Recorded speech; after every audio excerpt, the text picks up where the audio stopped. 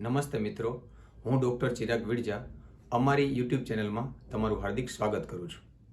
મિત્રો, આજે યુવાનોથી માંડીને વૃદ્ધો સુધીમાં કમરનો દુખાવો એ એક સામાન્ય સમસ્યા બની ગઈ છે.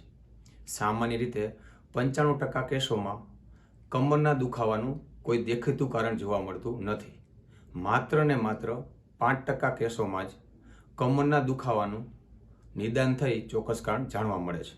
કમરના દુખાવાના સામાન્ય કારણો જોઈએ તો ઘણા બધા એવા વ્યવસાય છે કે જેમાં વધુ પ્રમાણમાં શારીરિક શ્રમ કરવો પડતો હોય, વારંવાર કમરના ભાગેથી વળવાનું કે સીધું થવાનું થતું હોય. દાખલા તરીકે બાંધકામ સાથે સંકળાયેલા મજૂર, વધુ વજન ઉપાડીને હરફર કરવાનું થતું હોય, બિન આરામદાયક સ્થિતિમાં વધુ સમય બેસી રહેવું પડતું હોય, વાહનમાં લાંબા સમય સુધી મુસાફરી કરવાનું થતી હોય, તેમજ સગર્ભા સ્ત્રીઓમાં કમરનો દુખાવો થવો એ એક સામાન્ય બાબત છે. આ ઉપરાંત કમરમાં રહેલા મણકામાં ઘસારો થવો, બે મણકા વચ્ચે રહેલી ગાદી ઉપર દબાણ આવવું, ગાદી ખસી જવી, કમરમાં રહેલા મણકામાં હાડકાં નબળા પડવાથી કમરમાં રહેલા મણકાનું ફ્રેક્ચર થવું, મણકાનો વા, ચેપ, કેન્સર કે ખોટખાપણ જેવા ચોક્કસ કારણો પણ કમરના દુખાવા માટે જવાબદાર છે. તો મિત્રો, આજના આ વિડીયોમાં આપણે કમરના દુખાવા માટે આયુર્વેદ મુજબ કયા કયા ઘરગથ્થુ ઉપાય કરી શકાય અને કઈ કઈ વસ્તુનું ધ્યાન રાખવું જોઈએ તે અંગે સંપૂર્ણ જાણકારી મેળવીશું. તો આ વિડીયોને અંત સુધી જોવા માટે નમ્ર વિનંતી. આયુર્વેદમાં શરીરના દુખાવા માટે વાયુદોષને મુખ્ય કારણ માન્યું છે. જેમ જેમ શરીરમાં વાયુદોષની વૃદ્ધિ થતી જાય તેમ તેમ શરીરમાં વિવિધ દુખાવા થતા હોય છે. એટલા માટે જ વાયુ કરે તેવા ખોરાકનો ત્યાગ કરવો જોઈએ. દાખલા તરીકે ઠંડુ અને વાસી ખોરાક, કાચું સલાડ, મગ અને અડદ સિવાયના મોટાભાગના કઠોળ, કોલ્ડ ડ્રિંક્સ વગેરે. સ્ત્રીઓએ ઊંચી એડીના ચપ્પલ પહેરવાનું ટાળવું જોઈએ. દુખાવા વખતે કમરના સ્નાયુને તકલીફ પડે તેવી તણાવવાળી કસરત જેમ કે જમ્પિંગ, જોગિંગ, સ્વિમિંગ વગેરેનો ત્યાગ કરવો જોઈએ. આવા સમયે સમાગમ કરવાનું પણ ટાળવું જોઈએ. વ્યક્તિએ કોઈ એક શાંત વાતાવરણમાં આંખો બંધ કરી બેસી પોતાના શ્વાસ ઉશ્વાસનું અવલોકન કરવું જોઈએ, જેથી શરીરના સ્નાયુ રિલેક્સ થાય છે. હવે આપણે કમરના દુખાવામાં કેવા કેવા ઘરગથ્થુ ઉપાય કરી શકાય તેના વિશે જાણકારી મેળવીએ. મોટા ભાગે અચાનક થયેલ કમરના દુખાવા આપોઆપ મટી જતા હોય છે, એટલે કે ગભરાઈને કોઈ પેનકિલર દવાઓ લેવાની જરૂર રહેતી નથી.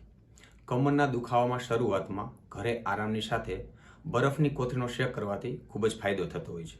પરંતુ જો આ દુખાવો 2-3 દિવસથી વધુ હોય તો બરફની બદલે ગરમ પાણીની કોથળીનો શેક કરવો વધુ ફાયદાકારક છે. આયુર્વેદમાં સ્થાનિક ચિકિત્સાનું ખૂબ જ મહત્વ બતાવેલ છે.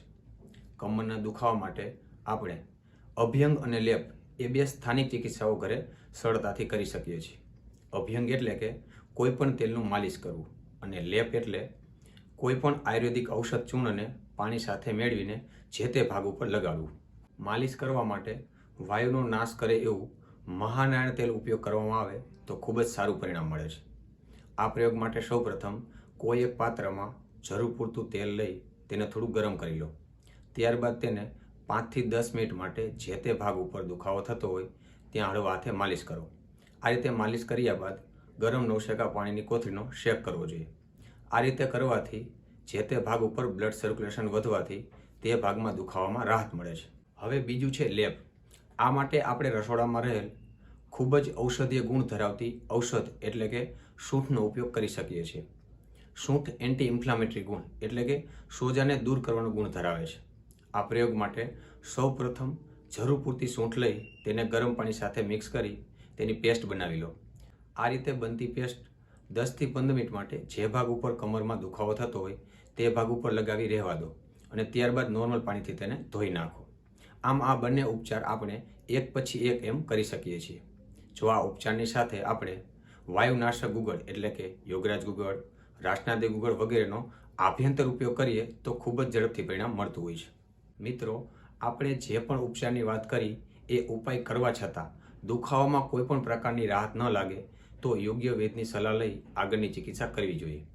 તો આશા રાખીએ છીએ કે તમને અમારી આ જાણકારી પસંદ આવી હશે. તો અમારા વિડીયોને લાઇક કરો અને વધુમાં વધુ શેર કરો અને સ્વાસ્થ્યને લગતા આવા વધુ વિડીયો જોવા માટે અમારી ચેનલને સબસ્ક્રાઈબ કરો. જય ધન્વંતરી.